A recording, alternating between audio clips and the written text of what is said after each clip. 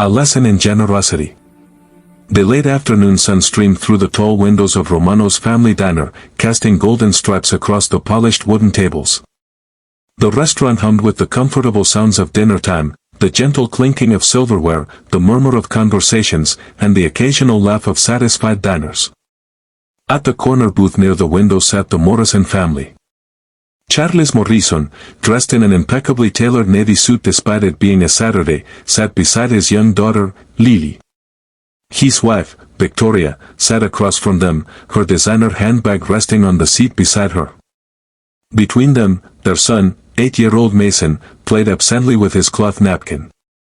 Lily, who had just turned 6 the week before, pressed her small nose against the cool glass of the window, watching the cars pass by on the street outside. Her blonde hair was pulled back with a velvet ribbon that matched her pink dress perfectly. Everything about the Morrison family spoke of wealth and careful attention to detail. Charles glanced at his gold watch and then at the menu, though he already knew what he would order. He had been coming to Romano's for years, ever since he was a child himself. It was one of the few places from his past that he still visited, a connection to simpler times before his technology company had made him wealthy beyond measure. "Can we get the chicken parmesan?" Mason asked, finally looking up from his napkin. "Of course," Victoria said with a warm smile. "And Lily, what would you like, sweetheart?" But Lily wasn't paying attention to her mother's question. Her gaze had shifted from the window to the table directly beside them. There, at a small 2-person table, sat a young woman with tired eyes and gentle features. Her clothes were clean but worn, her coat draped over the back of her chair showing frayed edges at the cuffs. Across from her sat a boy who looked about Mason's age, maybe a year younger. The woman was counting coins on the table, her fingers moving carefully through the small pile of quarters, dimes, and nickels. Her lips moved silently as she calculated. The boy watched his mother with patient understanding that seemed too mature for his young face. Lily observed as the woman sorted the coins into different stacks, then combined them again, as if hoping the total would somehow change. The boy reached across the table and gently touched his mother's hand, saying something Lily couldn't hear. The woman smiled at her son, but Lily could see the sadness behind it. A waitress approached their table with a friendly smile. "What can I get you folks started with today?" she asked the woman and her son. The woman glanced at the menu one more time, then at her coins. "Could we just have one order of the spaghetti, please? And a glass of water for each of us." "Just one order," the waitress asked, her voice kind but concerned. "Would you like to split it onto 2 plates in the kitchen?" "That would be wonderful, thank you," the woman said softly. The waitress nodded and walked away. The boy leaned forward and whispered to his mother, "It's okay, ma'am. I'm not that hungry anyway." "I know, sweetie," the woman replied, reaching across to smooth his hair. "We'll make it work." Lily turned to her father, tugging on his sleeve. Charles looked down at his daughter, setting down the menu he had been pretending to read. "Yes, princess," he said. Lily pointed to the table beside them. "Dad," she whispered, though not quietly enough, "can I share with them?" Charles followed his daughter's gaze. He noticed the coins on the neighboring table, the single order of spaghetti that had been placed, the worn edges of the woman's coat. For a moment, something flickered across his face, recognition, perhaps, or memory. Victoria had heard Lily's question too. She leaned forward, about to say something, but Charles held up his hand gently. He looked at his daughter, really looked at her, seeing something in her eyes that made him pause. "Why do you want to share, Lily?" he asked quietly. Lily tilted her head, considering the question seriously. "Because," she said simply, "that boy's mom is counting pennies like I count my Halloween candy." "But Halloween candy is for fun. Food isn't for fun. Food is so you don't feel hungry." Mason had been listening too. He glanced at the other boy, then at his sister, then at his father.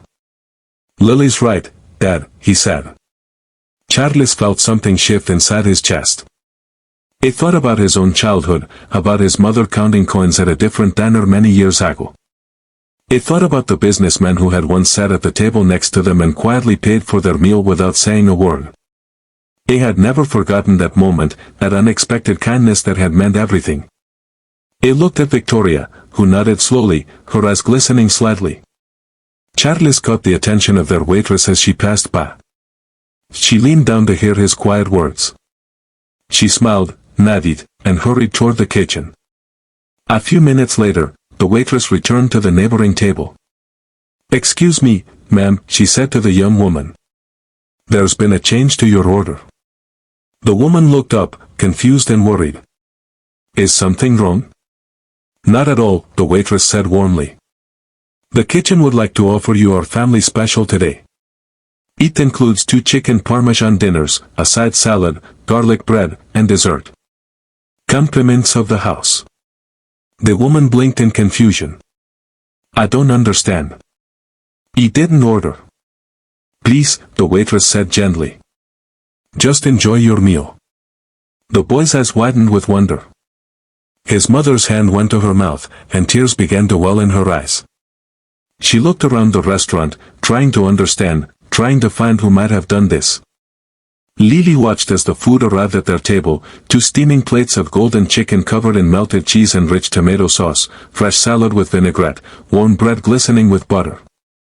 The boy looked at his mother with pure joy, and she laughed through her tears, nodding permission for him to eat.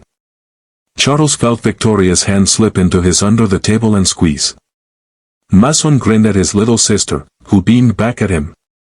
As their own food arrived, the Morrison family ate quietly, but the atmosphere around their table had changed. There was a warmth there that had nothing to do with the heated plates or the summer evening outside. Before they left, Charles asked the waitress for the bill for both tables. As he signed the check, he added a generous tip and a note, "Please don't tell them who paid. Just tell them to pass it forward when they can." As the Morrison family stood to leave, Lily glanced one more time at the mother and son, who were sharing their meal with smiles that could light up the whole restaurant.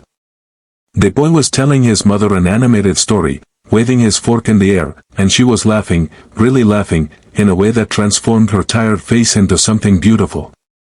Charles placed his hand on Lily's shoulder as they walked toward the door. "You did a good thing today, princess," he said. Lily looked up at her father. "It wasn't just me, Daddy," she said. "It was all of us." And Charles Morrison, millionaire businessman, realized that his 6-year-old daughter had just taught him something more valuable than any deal he had ever closed. Wealth wasn't about what you kept. It was about what you could give.